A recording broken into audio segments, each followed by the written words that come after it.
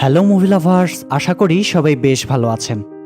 একজন দুর্নীতিগ্রস্ত customs officer ঘটনাক্রমে একটা বড় গ্যাংয়ের সাথে জড়িয়ে পড়ে, হয়ে ওঠে অনেক বড় একজন গ্যাংস্টার। পুলিশ সহ বড় বড় পর্যায়ের লোকেরা তার পকেটে থাকত। কিন্তু ওই গ্যাংয়ে জয়েন করার পর তার জীবনে নতুন একটা মোড় আসে, আর তার জীবনটাও পুরোপুরি পাল্টে যায়। কিন্তু কি এমন হয়েছিল তার সাথে? এই প্রশ্নেরই উত্তর আমরা জানব 2012 সালে মুক্তি পাওয়া নেমলেস গ্যাংস্টার মুভির গল্প থেকে। মুভিটা একদম সত্য ঘটনার উপর ভিত্তি করে বানানো হলেও এর কাহিনীটা কোনো কাল্পনিক গল্পকেও হার মানাবে। তাই চলুন আর কথা না বাড়িয়ে সরাসরি মূল গল্পে চলে যাই। আর ততক্ষণে ভিডিওটিতে একটি লাইক দিয়ে রাখুন।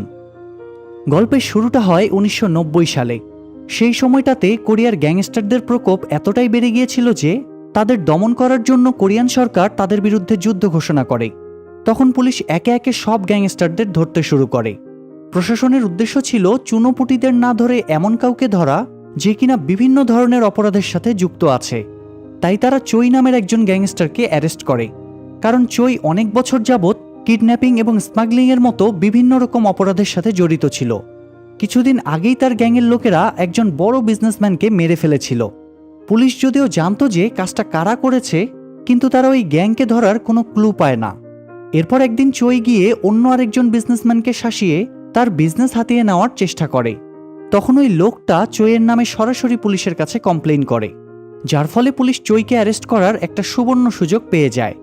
আসলে চৈ অনেক প্রভাবশালী গ্যাংস্টার হওয়ায় তার সাথে অনেক বড় বড় অফিসারদেরই ভালো সম্পর্ক ছিল, যার ফলে সে প্রত্যেকবার অন্যায় করে পার পেয়ে যেত। কিন্তু এবার আর তার সেই সুযোগ হয় না। এবার তার কেসটা হ্যান্ডেল করার দায়িত্ব পড়ে জো নামের একজন প্রসিকিউটরের উপর। জো তার সততা এবং কড়া মেজাজের জন্য ফেমাস ছিল, আর সে আগে থেকেই চৈয়ের ব্যাপারে সব কিছু জানত। তাই ধরা পড়ার পর জো সরাসরি চৈয়ের কাছে গিয়ে একটা কনফেশন লেটার দিয়ে তাকে সেটাতে সাইন করতে বলে। কিন্তু চৈ সেটাতে সাইন করতে চায় না। উল্টো জোকে বোঝানোর চেষ্টা করে যে পুলিশরা তাকে ভুলবশত ধরে এনেছে, সে কখনোই কোনো অনৈতিক কাজের সাথে জড়িত ছিল না। এটা শুনে জো রাগের মাথায় চৈয়ের সেলের ভিতরে ঢুকে তাকে উত্তম মাধ্যম দিতে শুরু করে, আর তাকে সাফ সাফ জানিয়ে দেয় যে মিথ্যা বলে কোনো লাভ হবে না। এবার আর তার বাঁচার কোনো সম্ভাবনাই নেই, তাকে তার পাপের শাস্তি পেতেই হবে। এখান থেকে সিন শিফট হয়ে ফ্ল্যাশব্যাকে চলে যায়, আর এবার আমাদেরকে 8 বছর আগের ঘটনা দেখানো হয়। তখন চৈ কাস্টমস অফিসার হিসেবে চাকরি করত, এবং বলাই বাহুল্য যে সে খুবই করাপ্টেড একজন অফিসার ছিল। ঘুষ খাওয়া তো তার একটা নিয়মিত কাজ ছিল। আর শুধু সেই নয়, বরং তার পুরো টিমই একই রকম ছিল। কিন্তু একদিন এক মহিলা কাস্টমসের নামে পুলিশের কাছে কমপ্লেইন করে। তখন চৈয়ের পুরো টিম ভীষণ ঘাবড়ে যায়। আর কোনো উপায় না দেখে চৈয়ের বস তখন সিদ্ধান্ত নেয় যে ওই কাজগুলোর পুরো দোষ তাদের টিমের কোনো একজনকে নিজের ঘাড়ে নিতে হবে, যাতে বাকিরা এই ঝামেলা থেকে বেরিয়ে আসতে পারে। কিন্তু কে নিবে সেই দায়? তখন সিদ্ধান্ত নেওয়া হয় যে যার পরিবারের লোক সংখ্যা কম তাকেই দোষগুলো স্বীকার করতে হবে। ঘটনাক্রমে তাদের টিমের মধ্যে চৈয়ের পরিবারের সদস্য সংখ্যা ছিল সবচেয়ে কম, তাই পরিশেষে তাকেই সব দোষ স্বীকার করে নিতে হয়। তো সেই রাতেই হঠাৎ চৈ দেখতে পায় শিপইয়ার্ডের ভেতর দুজন অপরিচিত লোক কিছু একটা করছে। হয়তো তারা চুরি করার চেষ্টা করছিল, নয়তো কিছু একটা লুকানোর চেষ্টা করছিল। চৈ তখন দ্রুত তাদের দিকে তেড়ে যায়, আর তাকে আসতে দেখে ওই দুজন লোক সেখান থেকে পালিয়ে যায়। তবে চৈ তাদেরকে ধরতে না পারলেও সেখানে অন্য একটা স্পেশাল জিনিস খুঁজে পায়। সেখানকার একটা কন্টেনারের ভেতর চৈ অনেক পরিমাণে ড্রাগস খুঁজে পায়। তার এক সহকর্মীও তখন তার সাথেই ছিল। তারা এখানে ভাবতে থাকে যে এই ড্রাগসগুলো নিয়ে তারা কি করবে। এমন সময় চৈয়ের সহকর্মী বলে উঠে তাদের উচিত হবে ড্রাগসগুলো পুলিশের হাতে তুলে দেওয়া। কিন্তু চৈ তার কথায় রাজি হয় না। সে চেয়েছিল ওই ড্রাগসগুলো বিক্রি করে অনেক টাকা আয় করতে।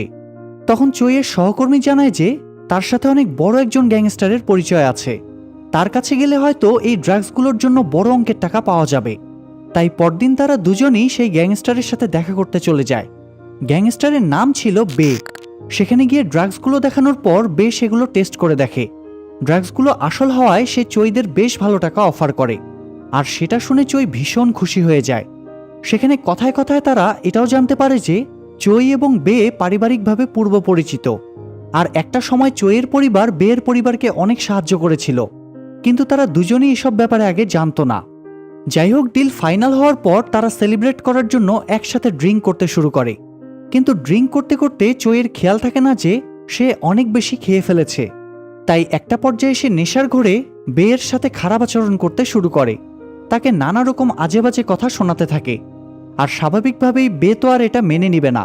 তবে সে কিছু বলার আগেই তার অ্যাসিস্ট্যান্ট পার্ক গিয়ে চইকে মারতে শুরু করে। বেও তাতে বাধা দেয় না, কারণ তার কাছেও চইয়ের আচরণটা ভালো লাগেনি। এরপর লোকটা চইকে বলে যে বিজনেস ডিলিংয়ের সময় এমন আচরণ করা উচিত নয়। এই কথা বলে সে চইকে ড্রাগসের টাকা না দিয়েই সেখান থেকে তাড়িয়ে দেয়। কিছুদিন পর চই তার সেই টাকাগুলো নেওয়ার জন্য বেয়ের কাছে যায়। সেখানে গিয়ে সে তার আগের দিনের আচরণের জন্য বেয়ের কাছে ক্ষমাও চায়। বেও নিজের ভুল বুঝতে পারে যে সেও হয়তো একটু ওভার রিঅ্যাক্ট করে ফেলেছে। তখন চই তাকে বলে যে সে কাস্টমসের চাকরি ছেড়ে দিয়েছে এবং সে এখন থেকে বেয়ের সাথে কাজ করতে চায়। চই যেহেতু বেয়ের ফ্যামিলি রিলেটিভ ছিল, তাই সে চইয়ের কথায় রাজি হয়ে যায়। এরপর বে তাকে নিয়ে একটা বারে যায়। সেখানে গিয়ে তারা আবারও ড্রিঙ্ক করতে শুরু করে। সেখানে চইয়ের সাথে তার বস অর্থাৎ সেই কাস্টমস অফিসারের দেখা হয়। মদের নেশায় এবার চই তার বসকে উল্টাপাল্টা কথা শোনাতে শুরু করে। সেসব শুনে চইয়ের বস রেগে গিয়ে তাকে মারধর করতে শুরু করে। চইও তখন বেয়ের অ্যাসিস্ট্যান্টকে সাথে নিয়ে তার বসকে মারধর করে সেখান থেকে বেরিয়ে আসে। আর সেদিন থেকেই চইয়ের অপরাধ জগতের যাত্রা শুরু হয়। সে পার্মানেন্টলি বেয়ের সাথে কাজ করতে শুরু করে। কাস্টমস অফিসে চাকরি করার কারণে প্রথম থেকেই বড় বড় জায়গায় চইয়ের ভালো লিঙ্ক ছিল। তাই বেয়ের সাথে মিলে সে খুব অল্প সময়ের মধ্যেই অনেক টাকার মালিক হয়ে যায়। পুলিশও তখন তার কাছে কেনা গোলাম হয়ে থাকত, যার কারণে তাকে কখনোই জেলের ভাত খেতে হয়নি। তো এরপর সিন বর্তমানে আসলে আমরা দেখতে পাই চই জেল থেকে ছাড়া পাওয়ার জন্য উঠে পড়ে লেগেছে। এই ব্যাপারে সে পুলিশের একজন বড় কর্মকর্তার সাথে যোগাযোগ করে। তার সাথে চইয়ের বেশ ভালো বন্ধুত্ব ছিল। সেই অফিসার জোয়ের কাছে গিয়ে চইকে ছেড়ে দেওয়ার অর্ডার দেয়। সিনিয়রের অর্ডার তো জোকে ফলো করতেই হবে, তাই সে চইকে ছেড়ে দেয়। তবে ছেড়ে দেওয়ার আগে সে চইকে জানিয়ে দেয় যে কিম নামে সেই গ্যাংস্টার এখনও ধরা পড়েনি। যদি সে একবার ধরা পড়ে যায় তাহলে আর কেউই তাকে বাঁচাতে পারবে না। আসলে চই যে গ্যাংস্টারের সাথে কাজ করত তার বসের নাম ছিল কিম, মানে বে কাজ করত কিমের আন্ডারে আর চই কাজ করত বের আন্ডারে। এরপর সিন আবারও ফ্ল্যাশব্যাকে চলে যায়। সেখানে আমরা দেখতে পাই চই তার এক বন্ধুর সাথে দেখা করতে গিয়েছে। তার বন্ধু হিউ একজন বড় বিজনেসম্যান। তার অনেকগুলো বার এবং রেস্টুরেন্ট আছে। আর হিউ জানতো যে চই কাস্টমসে চাকরি করে, তাই সে চইয়ের কাছে জানতে চায় যে তার সাথে কোনো গ্যাংস্টারের পরিচয় আছে কিনা। তখন চই তাকে জানায় যে সে কাস্টমসে চাকরি ছেড়ে দিয়েছে আর এখন সে গ্যাংস্টারদের সাথেই কাজ করছে। তখন হিউ চইকে জানায় যে তার বার এবং রেস্টুরেন্টগুলোতে বেশ ভালোই সেল হয়, তবে সে ভালো প্রফিট পাচ্ছে না, কারণ তার অন্য যে বিজনেস পার্টনার আছে সে একজন বড় গ্যাংস্টার যার নাম হলো কিম।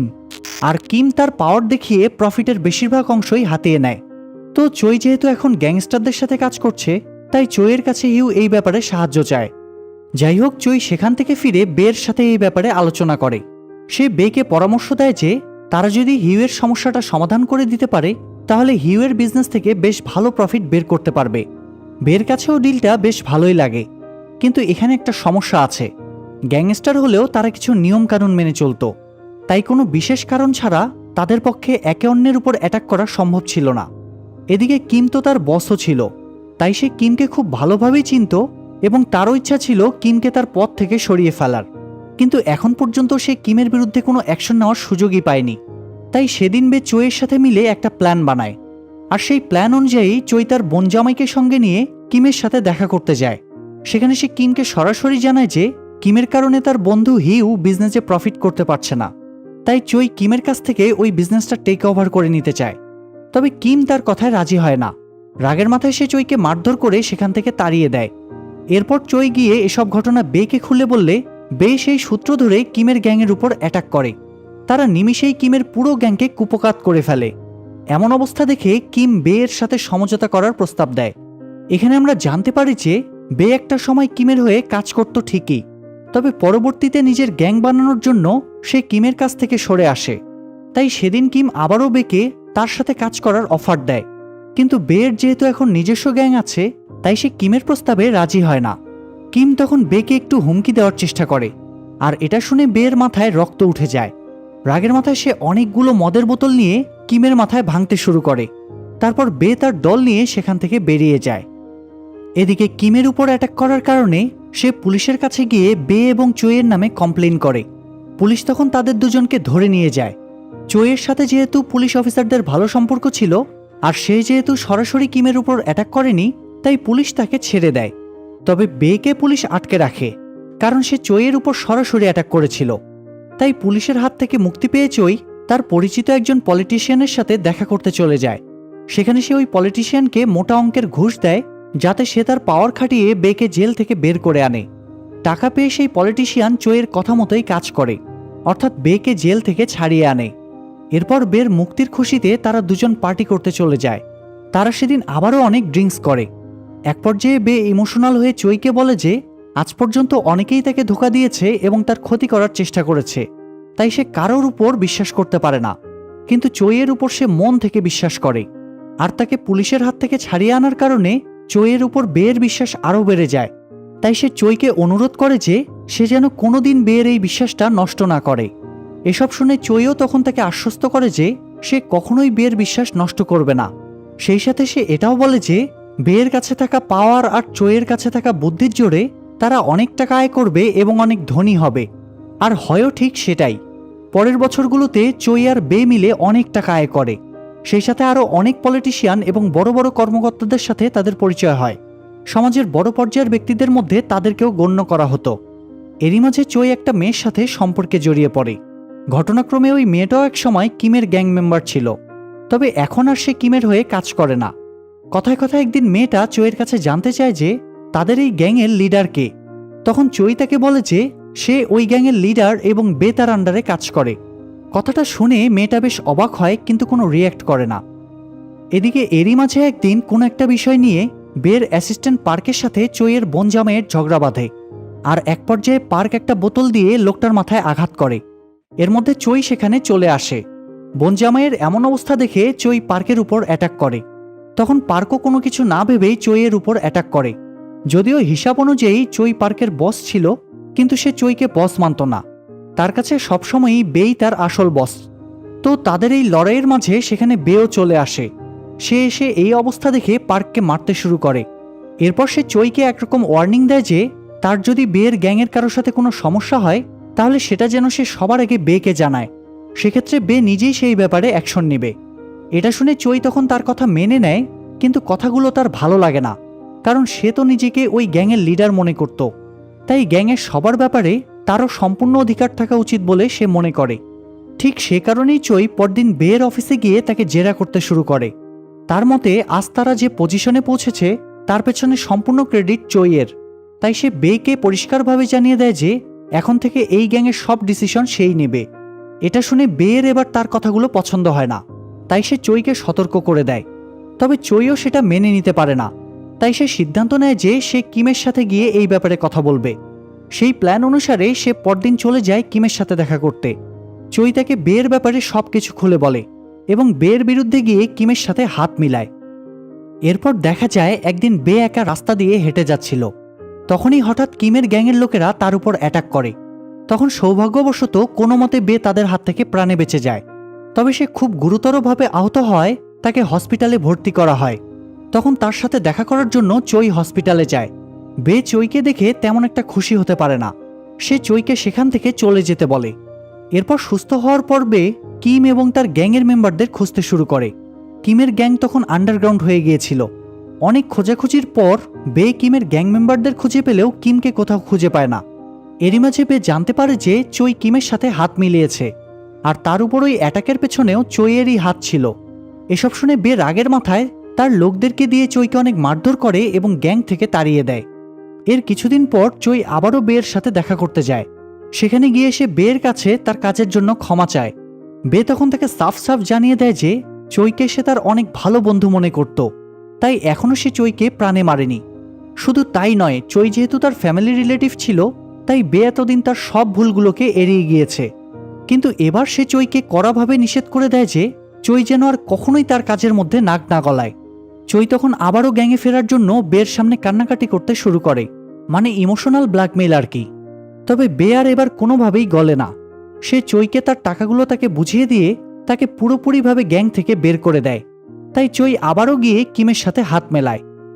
আসলে এতক্ষণ ধরে যা দেখলাম তা কিন্তু ফ্ল্যাশব্যাক ছিল, মানে চোই কিভাবে একজন কাস্টমস অফিসার থেকে একজন গ্যাং লিডার হয়ে উঠল। তবে কাহিনী কিন্তু এখনো বাকি আছে। তাই সিন শিফট হয়ে বর্তমানে আসলে আমরা জানতে পারি যে পুলিশ অনেক গ্যাং মেম্বারদের ধরতে পারলেও গ্যাং লিডাররা তখনও ধরা পড়েনি। তাদের যেহেতু অনেক বড় পর্যায়ে লিঙ্ক ছিল, তাই তাদের পর্যন্ত পুলিশ পৌঁছাতে পারেনি। তবে এরপরও পুলিশ তাদের চেষ্টা চালিয়ে যেতে থাকে। আর এভাবেই একদিন বের অ্যাসিস্ট্যান্ট পার্ক পুলিশের হাতে ধরা পড়ে, কিন্তু তখনও তারা বে এবং কিমকে ধরতে পারে না। আর এদিকে জেল থেকে ছাড়া পাওয়ার পরেও চই নিজেকে সেফ রাখার জন্য সর্বোচ্চ চেষ্টা করতে থাকে, কারণ সে তো জানতো যে সুযোগ পেলেই প্রসিকিউটর জো আবারও তার ঘাড়ে চেপে ধরবে। তো একদিন চই তার সেই পরিচিত পুলিশ অফিসারের সাথে দেখা করতে যায়।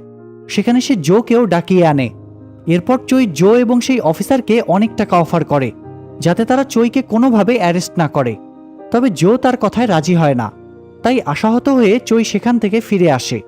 তবে অবশেষে পুলিশ একদিন কিমকেও ধরে ফেলে, আর তার স্টেটমেন্টের উপর ভিত্তি করে চইকে আবারও অ্যারেস্ট করা হয়। এরপর চই এবং কিমকে একসাথে বসিয়ে জিজ্ঞাসাবাদ শুরু করা হয়। তখন পুলিশদের ভয়ে চই অস্বীকার করে যে সে কিমকে চিনে। সেটা শুনে কিম ভীষণ রেগে যায়, এমনকি রাগের মাথায় সে পুলিশের সামনেই চইয়ের উপর অ্যাটাক করে। যাই হোক, ফাইনালি কিম তার সব অপরাধ স্বীকার করে নেয়। সেই সাথে সে চইয়ের ব্যাপারেও সবকিছু পুলিশকে জানিয়ে দেয়। আর তখন জো গিয়ে চইকে ব্যাপারটা জানায় এবং এটাও জানায় যে কিমের স্টেটমেন্ট অনুযায়ী চইয়ের অনেক বছর জেল হতে পারে, কিন্তু সে যদি নিজ মুখে তার অপরাধগুলো স্বীকার করে নেয় তাহলে হয়তো তার শাস্তি কিছুটা কমানোর চেষ্টা করা যেতে পারে। সেটা শুনে চই জোকে বলে যে তার কাছে অন্য একটা আইডিয়া আছে, এতে পুলিশের অনেক উপকার হবে আর সেই সাথে চই জেলে যাওয়া থেকে বেঁচে যাবে। জো তখন কৌতূহলবশত তার আইডিয়াটা জানতে চায়, তবে তার আইডিয়াটা ঠিক কী ছিল সেটা আমরা একটু পরেই বুঝতে পারবো। যাই হোক, এরপর একদিন চই তার পরিবারের সাথে সময় কাটাচ্ছিল। এমন সময় বের লোকেরা এসে তাকে বের কাছে ধরে নিয়ে যায়। বে তখন পুলিশের হাত থেকে বাঁচার জন্য গা ঢাকা দিয়েছিল, তবে সে কোনোভাবে জানতে পেরেছিল যে চই জোয়ের সাথে হাত মিলিয়ে তাকে অ্যারেস্ট করানোর প্ল্যান করছে। তাই সে ওই দিন চইকে ধরে নিয়ে গিয়ে এই ব্যাপারে জানতে চায়, কিন্তু চই ব্যাপারটা পুরোপুরি অস্বীকার করে। সে বেকে জানিয়ে দেয় যে সে পুলিশকে কোনো কিছুই বলেনি আর সে কিছুদিনের মধ্যেই দেশ ছেড়ে পালিয়ে যাবে। এরপর সে বেকেও অফার করে যে সে যদি চায় তাহলে চই তাকে দেশ ছেড়ে পালানোর একটা ব্যবস্থা করে দিতে পারে। আর বেও খুব ভালো করেই জানতো যে ওই জায়গায় থাকলে সে কখনো না কখনো পুলিশের হাতে ধরা পড়বেই। তাই সে বাধ্য হয়ে চইয়ের প্রস্তাবে রাজি হয়ে যায়। এর কিছুদিন পর চই বের জন্য একটা নকল পাসপোর্ট তৈরি করে আর সেই পাসপোর্ট দিয়ে তাকে দেশ ছেড়ে পালিয়ে যেতে বলে। তখন বে তাকে বলে যে সে চইকে এখন আর বিশ্বাস করে না, তাই সে চইকে তার সাথে এয়ারপোর্টে যেতে বলে। এদিকে তখন দেখা যায় তাদের মধ্যে হওয়া কথাগুলো পুলিশ রেকর্ড করছে। তার মানে আমরা বুঝতে পারি যে চই সত্যিই পুলিশের সাথে মিলে বেকে অ্যারেস্ট করার চেষ্টা করছিল। তবে বে যেহেতু একা এয়ারপোর্টে যেতে রাজি হচ্ছিল না, তাই চই তখন তার সাথে যেতে বাধ্য হয়। এয়ারপোর্টে যাওয়ার পথে বে চইকে বলে যে সে কোনো কাজই ঠিকভাবে করতে পারল না, না পারল একজন ভালো কাস্টমস অফিসার হতে, আর না পারল একজন ভালো গ্যাংস্টার হতে। চইয়ের কাছে তার কথাগুলো ভালো না লাগলেও সে চুপ থাকে। আর ঠিক এমন সময় হঠাৎ পুলিশের লোকেরা এসে তাদেরকে ঘিরে ধরে। বে তখন বুঝতে পারে যে চই এবারও তাকে ধোঁকা দিয়েছে, তাই সে রাগের মাথায় একটা ছুরি দিয়ে চইকে আঘাত করে। তবে সৌভাগ্যবশত সেখানে পুলিশ থাকায় চই প্রাণে বেঁচে যায় এবং পুলিশ বেকে তৎক্ষণাৎ অ্যারেস্ট করে। বেকে নিয়ে যাওয়ার সময় চই বলতে থাকে যে ফাইনালি কিন্তু সে জিতে গিয়েছে। আর অবশেষে পুলিশও সব গ্যাংস্টারদের ধরতে সফল হয়। তবে বড় পর্যায়ে লিঙ্ক থাকায় এবং পুলিশকে সাহায্য করার কারণে চইকে আর জেলে যেতে হয় না। এরপর দেখতে দেখতে 20 বছর পার হয়ে যায়। চইয়ের ছেলেও তখন বড় হয়েছে। একটা সময় তাকে শহরের নতুন প্রসিকিউটর হিসেবে নিযুক্ত করা হয়। সেটা নিয়ে চইয়ের পরিবার ভীষণ খুশি ছিল, তাই তারা সেলিব্রেট করার জন্য সপরিবার একটা রেস্টুরেন্টে যায়। সেখানে চই তার ছেলেকে উপদেশ দেয় যে সে যেন কখনোই টাকার কাছে নিজেকে বিক্রি না করে। এমন সময় হঠাৎ চইয়ের কানে একটা পরিচিত কণ্ঠ ভেসে আসে। হয়তো সেটা বেয়ের কণ্ঠ ছিল, তবে আসলেই সেটা কে ছিল তা আর দেখানো হয় না। আর এই রহস্যের মধ্য দিয়েই গল্পটা এখানেই শেষ হয়ে যায়। আজকের গল্পে আমাদেরকে একটা বিষয়ে আবারও মনে করিয়ে দেওয়া হয়েছে যে অন্যায়কারীকে কখনো না কখনো তার সাজা পেতেই হবে, সে যতই শক্তিশালী এবং ধনী হোক না কেন। তবে আমার মতে এখানে চইয়েরও ন্যূনতম শাস্তি পাওয়া উচিত ছিল, কারণ সে নিজেও একজন গ্যাংস্টার ছিল, আর সেই সাথে সে একবার নয় বরং কয়েকবার তারই টিমের লোকদের ধোঁকা দিয়েছিল। যাই হোক, গল্পটা যেহেতু একটা রহস্য নিয়ে শেষ হয়েছে, তাই আশা করা যায় হয়তো পরবর্তীতে চই তার শাস্তি পেয়েছে। তবে একটা ব্যাপার হচ্ছে, মুভিটা যেহেতু বাস্তব ঘটনার উপর ভিত্তি করে তৈরি, তাই আমরা চাইলেই আমাদের মন মতো সবকিছু এখানে পাবো না, এটাই স্বাভাবিক। সো মুভিটি ভালো লাগলে লাইক দিন এবং কমেন্ট করুন। আর আপনি যদি আমাদের চ্যানেলে নতুন হয়ে থাকেন তাহলে চ্যানেলটি সাবস্ক্রাইব করে বেল বাটনটি অল প্রেস করে রাখুন।